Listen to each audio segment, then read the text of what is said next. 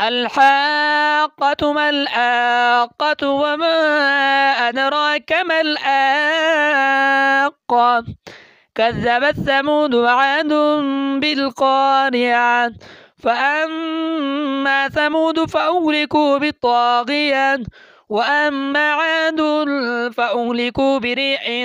صرصر عاتية سخرها عليهم 7 ليال و8 أيام حسوما فترى القوم فيها صرعى كأنهم أعجاز نخل خاوية فهل ترى لهم من باقية وجاء فرعون ومن قبله والمؤتفكات بالخاطئة فعصوا رسول ربهم فأخذهم أخذة رابية إلا لما طغى الماء حملناكم في الجارية لنجعلها لكم تذكرة وتعيها أذن واعية فإذا نفخ في الصور نفخة واحدة وحملت الأرض والجبال فدكتا دكة واحدة فيومئذ وقعت الواقعة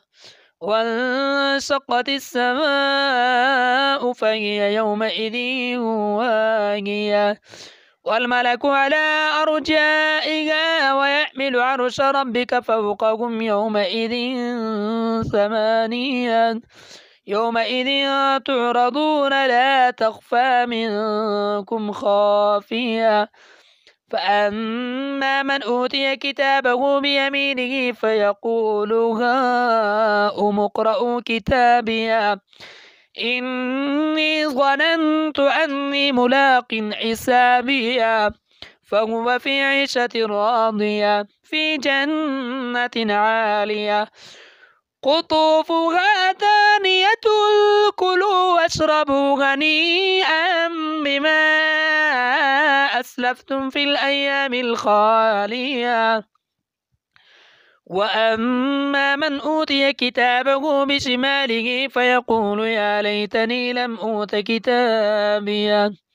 ولم أدر ما حسابيه يا ليتها كانت القاضية ما أغنى عني ماليه هلك عني سلطانيه خذوه فغلوه ثم الجحيم صلوه ثم في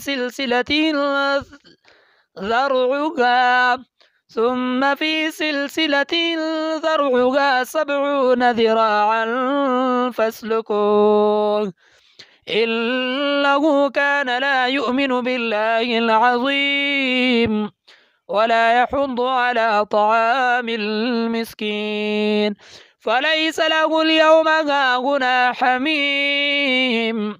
ولا طعام إلا من غسلين لا يأكله إلا الخاطئون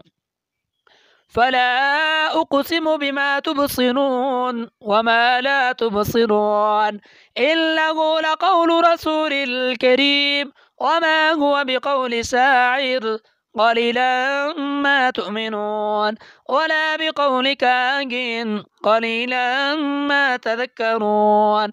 تنزيل من رب العالمين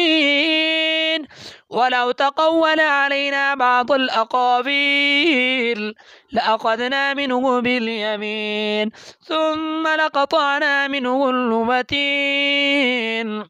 فما منكم من أحد عنه عاجزين وإنه لتذكرة للمتقين وإلا لنعلم أن منكم مكذبين وإنه لعسرة على الكافرين وإنه لحق اليقين فسبح باسم ربك العظيم.